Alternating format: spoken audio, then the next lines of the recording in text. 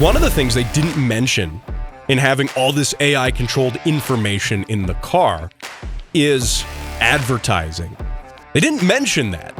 If the AI can show you the hours of a business that you're driving by, if it can show you that, can't it show you advertisements too? Doesn't this just mean that the AI is going to get used to direct smart advertisements to you? I say smart in air quotes.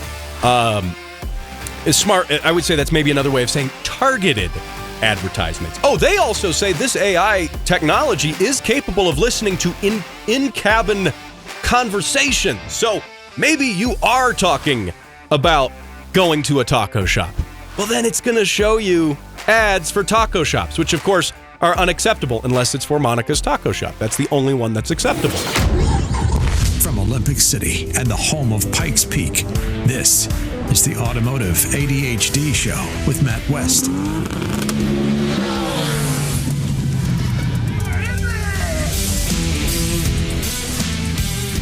And here we are, rocking it on the Automotive ADHD Show. Matt West here, hanging out with you, talking cars. You know, we've got a loaded show today. Mazda confirms a new rotary sports car after, literally years of them teasing it. Also, speaking of teasing, Toyota teases us some cool stuff at SEMA that they definitely will never sell to us. But it is cool. We will talk about it. And automakers are making a huge move to AI. Why? That's what I have to ask is why? What exactly does AI do in the car that automakers are so interested in? So we're going to get to all of that. We're going to get to some of your car sounds as well, and maybe some birthday car sounds. How about that, too? So that's going to be coming up here on Automotive ADHD. Now, we had a major snowstorm hit. It's been snowing for almost 4 days straight, and there's just been a bunch of snow. It's kind of shut the city down, at least here in Colorado Springs. Lots of cancellations, lots of stuff like that. But with all of that, I do want to make a formal statement and apologize to the security here at the radio studios, the security and building management at the, as well as my Salem media colleagues here at the AM 1460, The Answer Studios. It's my home base out of Colorado Springs, but of course you can hear this show all across southern Colorado. But there was a mix-up during the blizzard where somebody was driving a vehicle which coincidentally looked a lot like my truck, exactly like my truck actually, and they were spotted drifting in the radio station parking lot. Of course, with the fresh snowfall, and apparently the license plate was even really similar to mine, remarkably similar to mine. But I'm here to say that this definitely wasn't me. I would never condone doing such a thing. And furthermore, eyewitnesses, by the way, said that the driver did have a face for radio, which I will add actually proves that it wasn't me. I mean, sure, in the past, I've said I have a face for radio. I've said that. But I was mistaken. I think my face is more of like a local access television face. At least I could probably do local television. Maybe. So I think that probably proves my case that it wasn't me. But the drifting was really good. It was even skillful, or well, so I heard, by the way. It wasn't just aimless donuts, which would have been fine, too, if it was. Not that I would know again, because it wasn't me. Now, that being said, I was told that the driver should probably lay off on the clutch kicks in the snow, probably because that's their daily driver Tacoma. That's not like the cool track car. It's the daily driver. Again, which coincidentally looks like my Tacoma. So, I mean, I don't know. I mean, all these allegations, I get it. I'm a car guy, so, everyone here assumes that would be me.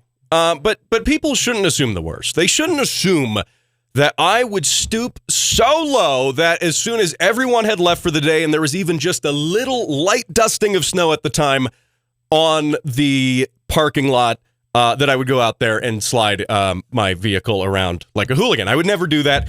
We definitely shouldn't assume the worst. So anyway, it was a unfortunate case of mistaken identity. A very unfortunate case. So anyway, winter storage. If you're hearing this, I talked a little bit briefly. Jim Miller and I touched on this topic just briefly a few weeks ago, but I wanted to elaborate on it more. And of course, if you are just hearing this now, then that probably means it's too late, especially if you are listening right here on the radio. Now, of course, my podcast listeners could be listening anywhere in the world, literally in the world, which I guess if they're in a place that doesn't have winter, well, good for you. Good for you. But I saw this interesting article here, and this comes by way of Garage Living. 11 pro tips to help preserve your prized ride. And I don't quite agree with all of these, but they do. And this is more catered, of course, if you have a summer vehicle or a nicer car that you don't want to drive in the wintertime. You want to put it away, make sure it's nice and safe and away from all the rust and nastiness on the roads. And they say that, of course, you should start with cleaning the exterior of the car, clean the interior. That way everything's super nice and fresh when in the springtime when you go actually, take it out and take it for a drive. But a big one here that they touched on, I will agree with, is keeping the critters away. You got to keep those mice away. Mice are going to be drawn to any stored vehicle you have. They're going to think that your wires look really delicious. Of course, as they are cold and hungry, trying to stock up for the winter, those mice are going to think anything looks delicious. So you should definitely take a few steps to probably, mitigate that, say using mouse traps around the vehicle. But you probably shouldn't use mouse traps inside the car. That would be a bad idea because, well, let me put it this way. If a mouse gets trapped and you don't find it till springtime and that's been inside your car the whole time, that's not going to be very fun to come back to, is it? So now you want to put those around the car. In the engine bay, I would err towards not doing that. But with that, Jim Miller has recommended, official Jim Miller recommendation, that get a cat. Just get a cat. That's the way to do it. That is absolutely the way to do it. Now, there's a couple other things I'll add on here, though, that I think you should do, which is I think you should do one of two things, specifically relating to the fuel. Either you could go to all the trouble and all the effort to completely drain the fuel out of the vehicle, which is kind of a pain to get it all. Or how about this?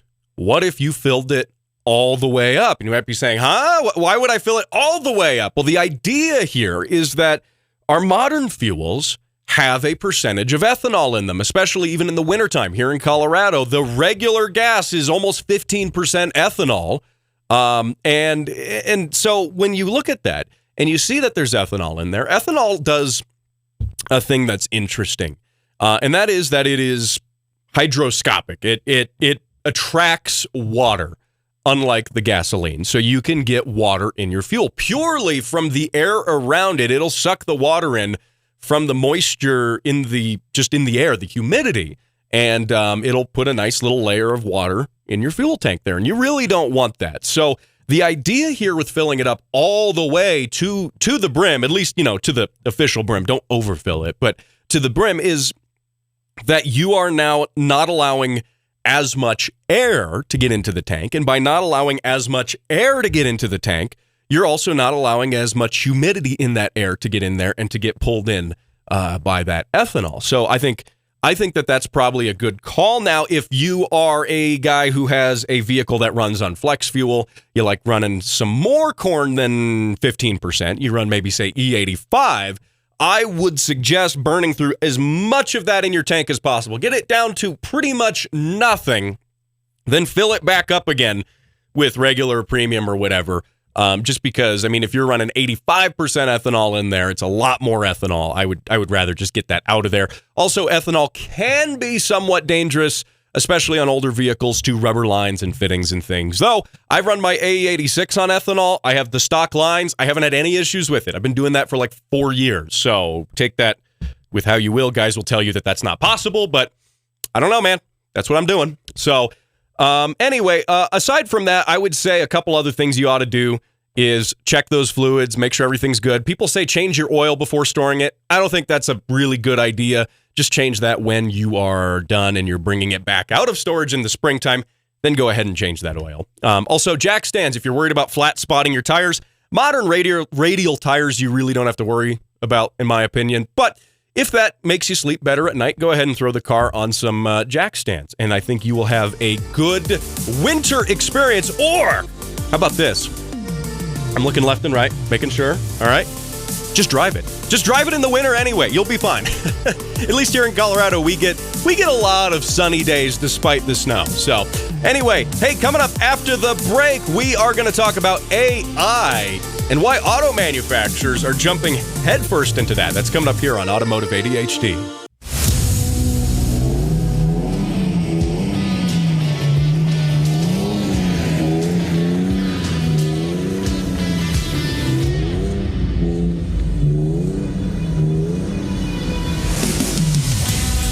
Who was that? I don't know who that was. No idea.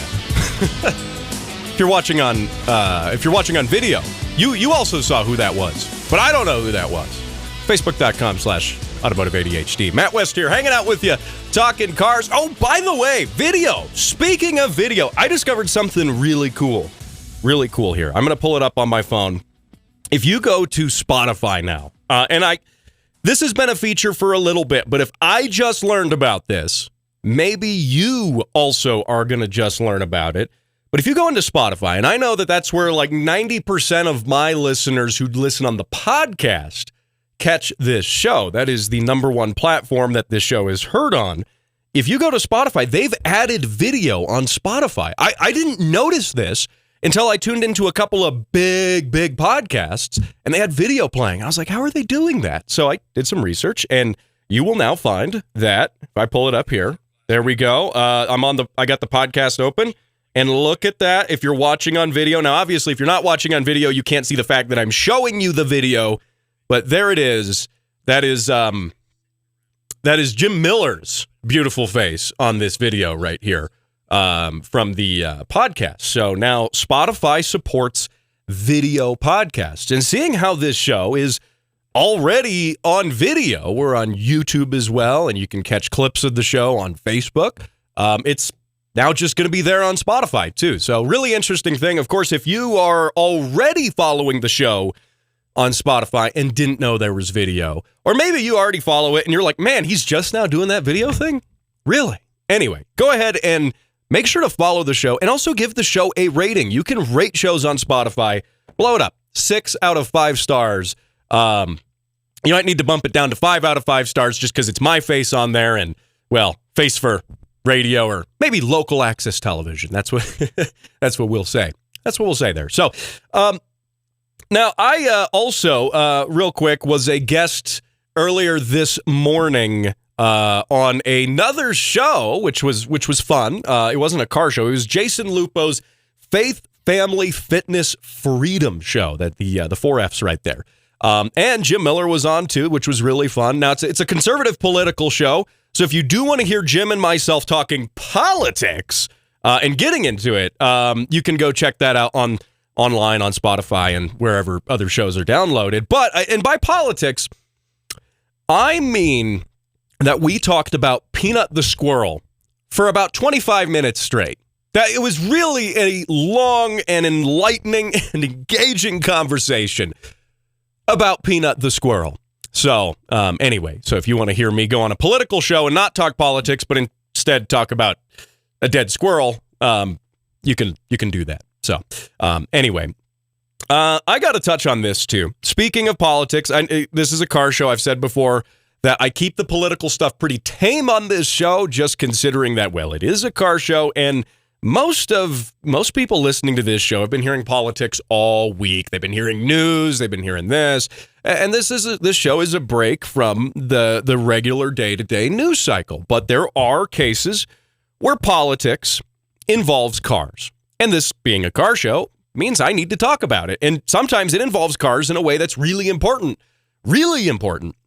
Last week on the show, Jim Miller and I discussed his conversation he had with the mayor of Colorado Springs.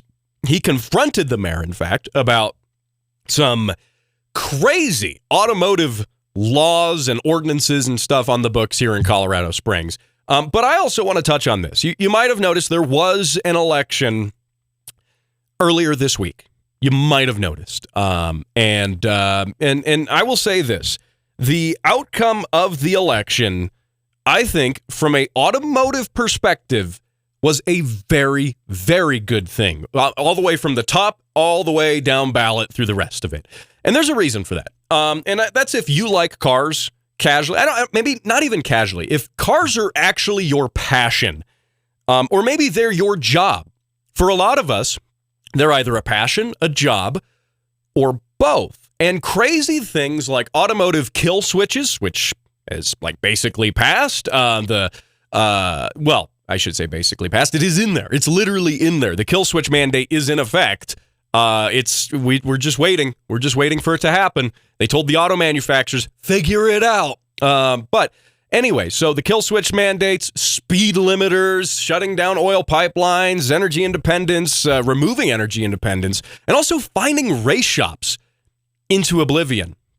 That's something that's been happening too. That is something that's absolutely been happening. And that's been predominantly orchestrated by the incumbent party for the past 4 years. And again, I'm not talking just presidential. I'm talking all across the board, from the top down to the bottom. And so I want to say that if you are a true automotive enthusiast, maybe now we can actually take a stand at defunding the EPA Gestapo, and maybe even getting rid of some crazy rules and laws that are seeking to prohibit you from having consumer choice and buying what works for you. Or, like I said, shutting down race shops. The EPA, by the way, sure, I love our environment. There is a purpose for the EPA. There is. But the EPA has been disproportionately targeting car guys. It's been disproportionately targeting automotive businesses. And for what? The automotive businesses, the car guys, the track guys are such a infinitely small percent, maybe not even a whole percent of the grand scheme of things. If you say, oh, it's about emissions, it's such a small percent. So why are they getting the brunt of the enforcement when they are the smallest percentage of it?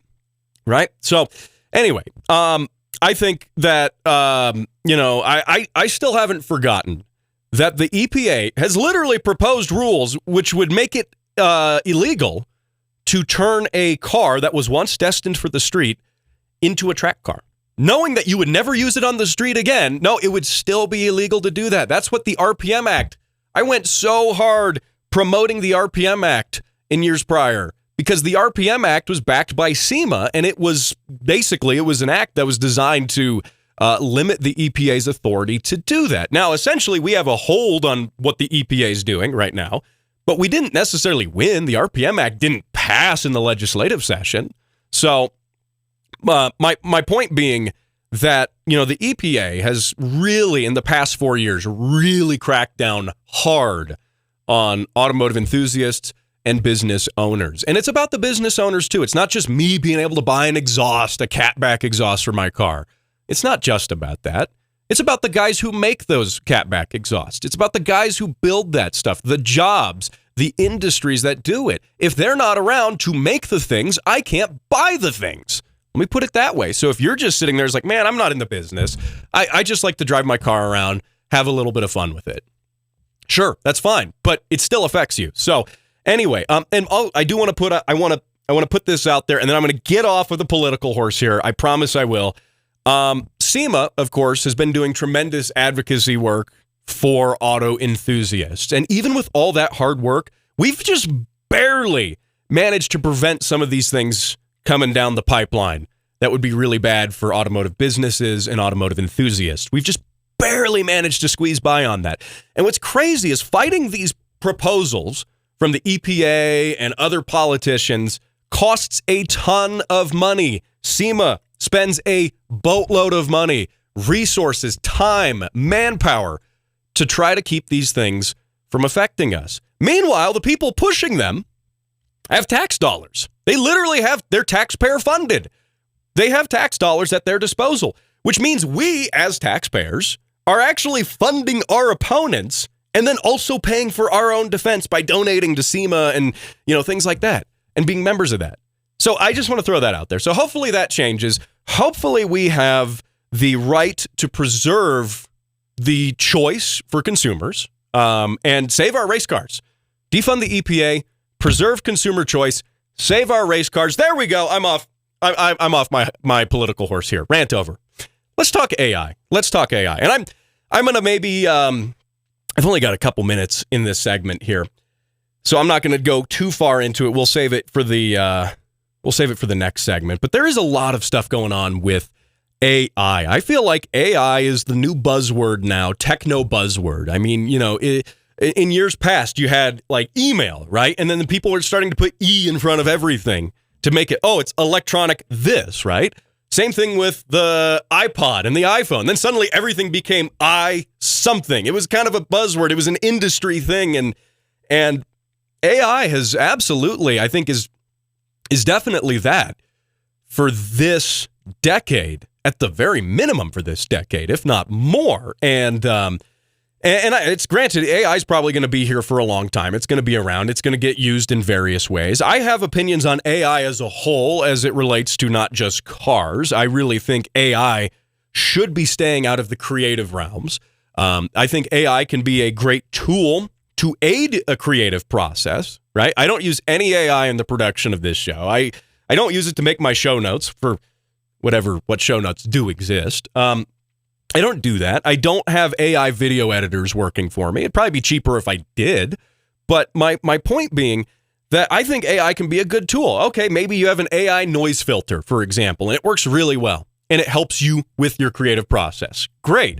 It shouldn't replace the creative process, though. It shouldn't replace the person writing it. It shouldn't replace that. So that's kind of my take before we talk about how this relates to cars. I think, AI, for one, I think it's being a little overhyped. It is being a little overhyped, for sure. But I also think that it is a risk to a lot of job fields, and a lot of job fields that were previously unthreatened by AI as a whole. I mean, certain, even fields like engineering and, things like that are being threatened by AI. And those are previously thought of as safe fields. Like, well, maybe mechanized machines will replace labor on this farm. So you would worry about that if you're just doing manual labor. But if you go to college and you get a job and you do something like engineering, you'll be safe. That's not true anymore. So I think there needs to be, though, a good balance on how we handle ourselves with AI, because it can be an incredibly powerful tool, but it can also be overused drastically. And how are car manufacturers dealing with this? Well, we know car manufacturers are using AI to help in the design. That's not saying AI is designing cars, but it's being used to expedite certain processes of design. And we know that that's the case. But we also know they want to put AI in not just from the perspective of, making the cars. They also want to have AI from the perspective of using the cars. And what does that look like? Well, all the big auto manufacturers are jumping on this. They're jumping on it hard. And I don't necessarily see a need for AI inside the car. But we're going to get to all of that and more, as well as more of your car sounds. That's here on Automotive ADHD. Don't go anywhere. He's the nut behind the wheel and behind the mic. This is Automotive ADHD with Matt West. So before the break, I was talking about AI. AI is kind of a big thing these days. It's maybe a little overhyped. I think it's overhyped, but it is very powerful in some ways. And automakers are pushing AI really, really big. That's what they are doing. Now, this comes by way of Motor Trend, and it says, it's hat tip Doug Newcomb, by the way, why Mercedes, General Motors, and Google are all pushing AI for cars. Why are they pushing AI for cars? Now, of course, if you pay attention to the stock markets and these other things, you see companies related to AI, they're getting a lot of that green stuff. They're getting a lot of that money So part of it is probably, the fact that, well, okay, let's invest in AI, and investors will think that's a good thing and we'll make some money out of it. Now, obviously, they're probably in it for the long run too, well, again, make more money. So you ever seen the movie Spaceballs? And then they tease it, they joke in the movie that, and coming up, the sequel, Spaceballs 2, The Quest for More Money. That's exactly what's going on here. But is it a good thing? I'm skeptical of that. But there is a semiconductor company called Qualcomm. If you're into technology at all, you've probably heard their name. And they had the Qualcomm Snapdragon Summit in Hawaii just the other day, and it featured all sorts of stuff, enhanced features for cars, apparently, to show off some of the latest technology, some of the latest advancements in AI-powered chips to live inside cars.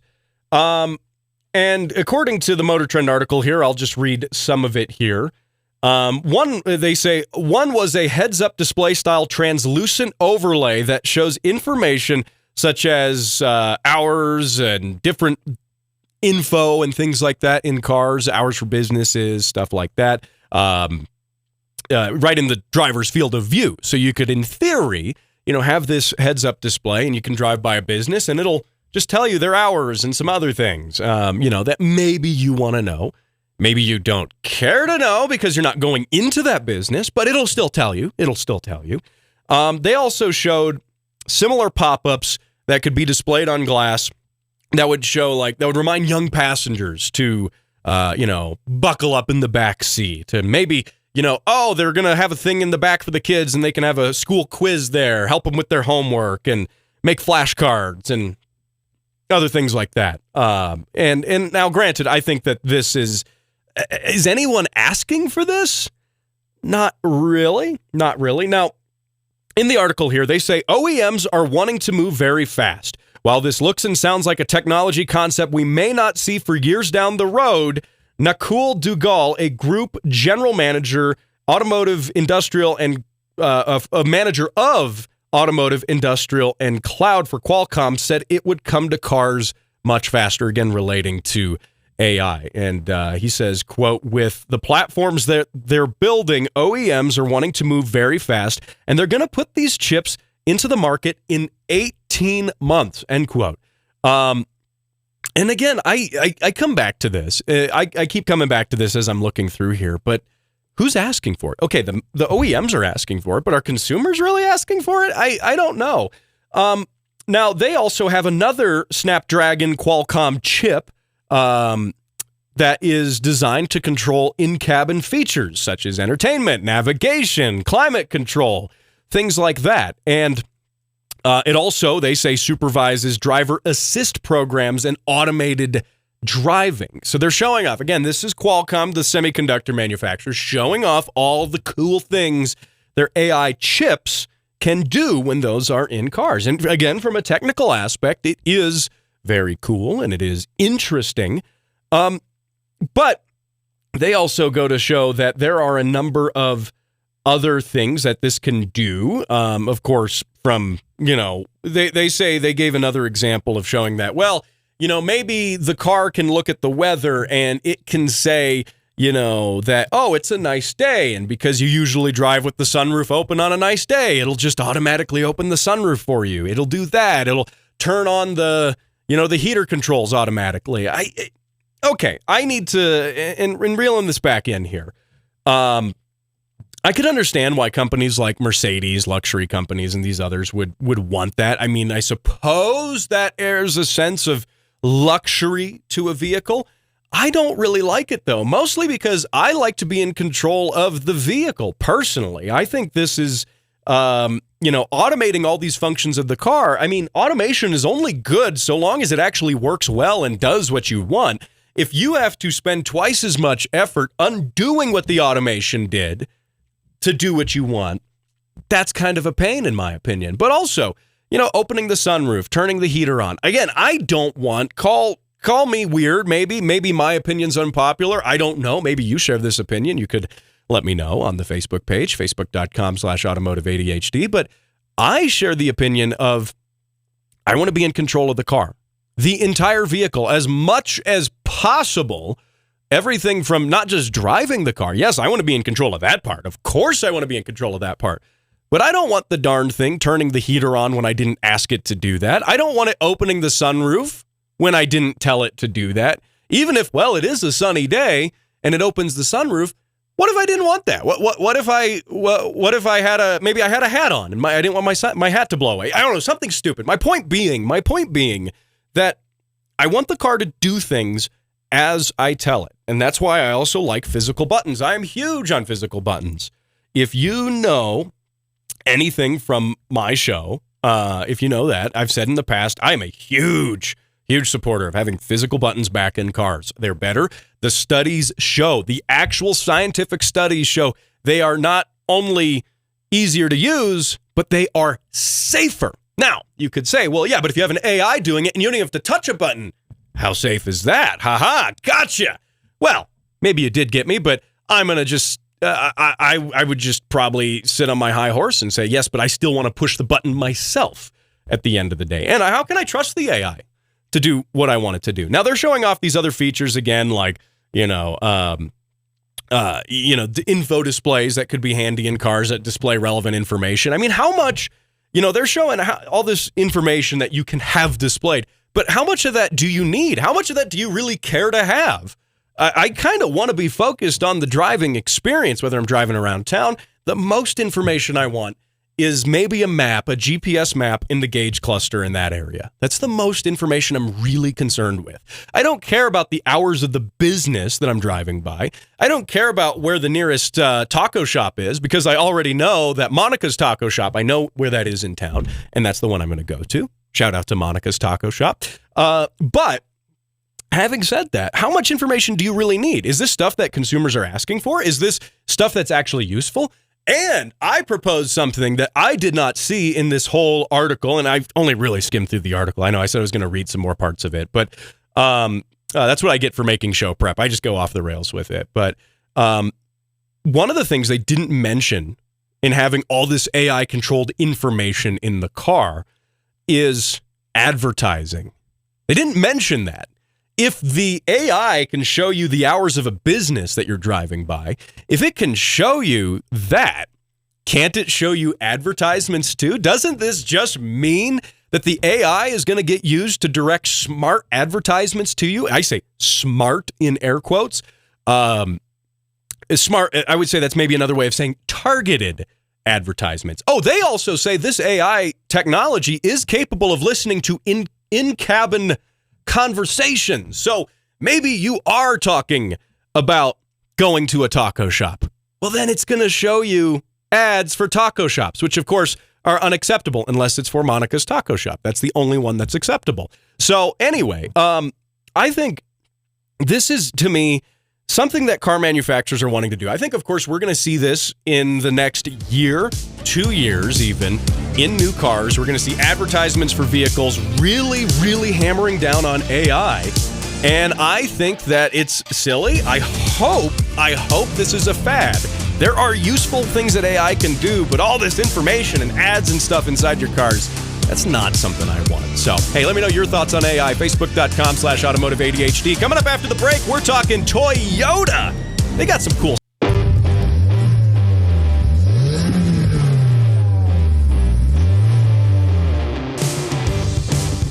All right. Well, hey, you are listening to the Automotive ADHD show. Matt West here, hanging out with you, talking cars on the weekend, or, well, if you're listening to this on the podcast, might be the middle of the week. Those car sounds, by the way. Hey, that comes by way of Wesley A. Martin, his 2011 Camry, by the way, with the 6-speed manual. Let's go. 6-speed. I love that. 2.5 liter, 4-cylinder in there. Wesley, by the way, it is his birthday coming up on the 14th of this month. So let's congratulate him. Have a very happy birthday, Wesley. Thank you for sending your car sounds into the show. And of course, thanks for driving a 6-speed, a manual. I love that. I mean, look, I think everything, we should just manual the world. Everything should be manual. Automatics don't exist. I really appreciate that, though. So, hey, Wesley, thank you for sending those car sounds into the show. And if you want to be like Wesley and send your car sounds into the show, you can do that. Not only can you do that, I'm going to encourage you to do that. And you can send those at facebook.com/automotive-ADHD. You can send me a private message on there, or you can post it to the pinned post at the top of the page, which is kind of like the car sound mega thread, just tons and tons of car sounds that are listener submitted in there. So go ahead and do that. Have your car sounds featured on the show. And Wesley, keep an eye out for a message as well. I'm going to ask you for an address because I'm going to send you a birthday present. So keep an eye out for that there as well. So anyway, of course, you are listening to the Automotive ADHD show. I'm your host, Matt West. I might have said that already, but I'll say it again. And I want to talk a little bit about Mazda. I like Mazdas. I like the Miata. I like the RX-7s, both the FCs and the FD generation RX-7s. I think they're very cool cars. I've never owned one, admittedly. I've been more of a diehard Toyota guy. I've owned some Hondas and things like that, but the Mazdas are interesting to me, and I love that Mazda's making the Miata still, and they're making it in the way God intended with a manual transmission. And but they are also doing some interesting things. This comes by way of Motor Trend. Another Mazda hint at a rotary engine sports car. But this time it's less of a hint. They've been teasing us with concepts. I don't always talk about concepts on the show because you never know when they're going to happen. You don't know if they're ever truly going to happen. But having said that, this is more than a concept now. It plays off of a previous concept car, sure. But here we go. So there is confirmation that Mazda has recreated a team, specifically a development team, for the rotary engine. Now, they have, what is it here? Somewhere around 30? Yeah, 30 engineers will comprise the reconstituted rotary team and focus on figuring out how to fit the rotary into the transition to carbon neutrality. So they're committed to keeping the rotary, but they're also committed to keeping it, I suppose, being carbon neutral. And rotary engines are interesting motors. If you're just tuning in on the radio and you're not familiar with the rotary, it's you don't have any pistons. You got like 3 moving parts in this thing. It's a giant triangle spinning inside of a housing, and it is a very fascinating engine design. It is often called a Wankel engine, crediting to the original designer. Mazda did not invent the rotary, but perhaps Mazda perfected the rotary as much as one can. Rotaries aren't that reliable, I'll say that. They've never had a reputation for reliability. They tend to need apex seals quite often, but that's okay. We like them because they rev really high and they make cool noises. But Mazda does say they're bringing back the rotary development team. They say that they also have some new patents that have been filed to go along with that. And part of this is, yes, it's some rumor mill stuff. Yes, it is. We don't really have any details other than that they had a concept a few years ago, the SP concept, which sort of looks like a blend between a Miata and an FD RX-7. Trust me, it actually does look kind of cool. I can see lines from both of those cars in the design. And sure, that's a concept car. But they said that concept car is closer to production ready than most concept cars, which I also think is fascinating. Now, what's very likely is that the rotary engine Mazda sports car is probably going to be an electric hybrid, and that rotary engine's probably going to be spinning a generator rather than the wheels directly. So that's not really what us enthusiasts want, but at least it's a rotary in there. At least it's a sports car. I commend them for doing that much. Rotary engines, by the way, are very efficient at higher RPMs and at sustained RPMs, which does make them fairly uniquely suited to generator duty. When I've talked with Chase Barber from Edison Motors on the show, I mean, he's talked about how it's more efficient to spin a small engine at its peak efficiency range rather than having it try to lug around a whole vehicle at different RPM ranges. Have it sit at one very efficient range and then spin it there and spin an electric generator with it. We know that works. So that's probably what's gonna happen here. So I wanted to just add that little piece of good news into the mix here. Anytime there's a new sports car on the horizon, yes, I know economy cars sell. Yes, pickup trucks sell very good here in the United States, obviously, too. But with all of those being said, and yes, people care about the cars they actually drive every day. Those are the crossovers. Those are the economy cars. On this show, at least, we don't care about that. We just want sports cars. That's what we want. Low-volume sports cars that no one's going to buy, but gosh darn it, do they look cool. That's what counts. Because remember, looking cool is at least half the battle. So I'm sure that's how the quote goes. Now, speaking of looking cool, Toyota. Toyota's out at SEMA doing some really cool stuff. The SEMA car show is going on now. I did talk about the political advocacy work earlier in the show that SEMA does. They do that for the rest of the year, but in November, they do the SEMA car show. Biggest aftermarket car show around. Toyota, this is what I'm most excited about. There's a handful of other cool Toyotas out there. They have a GR rally concept, and gosh, this looks like a Celica GT4 if I've ever seen one. And it's not just the cool livery that looks like the old school Castrol Racing livery. It's not just that. Sure, it looks cool. It's not just the wing on the back that makes this look like an old Celica GT4. It is the drivetrain. And if you're watching on video, I'll overlay some footage in here of the drivetrain. Looking at that engine bay, that is not just a Subaru flat 4 2.4 liter that you would normally find in the Toyota GR sports car. Of course, with their collaboration with Subaru. No, that is the 3-cylinder turbo out of the GR Corolla. And I really like that. The GR Corolla and the GR Yaris, similar drivetrain. It's the same idea. And it produces 300 horsepower and 273 pound-feet of torque in stock form. And up to 295 pound-feet of torque in certain trims, which is cool. But most importantly with this, it's all-wheel drive. They stuffed the whole all-wheel drive setup from the GR Corolla into the GR86. The GR86 being, a rear-wheel drive sports coupe. Now, this one's all-wheel drive, just like a proper rally car should be. They said that they had to modify the subframe significantly in the rear. The front subframe is basically custom from the ground up to fit the entirely different drivetrain. I mean, entirely different. And it's for one, the drivetrain in the front, the engine's going to be a transverse layout in the front that drives the front wheels and then goes and drives the back wheels, unlike something that would be driving the back wheels predominantly and then the front wheels with something else. So it's a little different, but gosh, it is cool. It makes me wish Toyota would just produce something like this. If they knew what was good, they would do this. They would probably still not warranty it for going over 80 miles an hour. Probably. That's how things seem to be going at Toyota. But man, they are good at teasing us with cool stuff. And I really properly like this. I think it looks awesome. Of course, will they make it? No, they're never going to make it. Come on, who do we think they are? Oh, I can dream, though. I can dream. I can also get out a welder and a torch and make something that maybe a quarter as decent as that. So anyway, hey, don't miss a minute of this show. Lots of great ways to catch it. YouTube, Facebook. Also, I mentioned earlier in the show, video on Spotify now. Thanks to everyone who helps put this show on the air. Thanks to Jared. Thanks to Alex.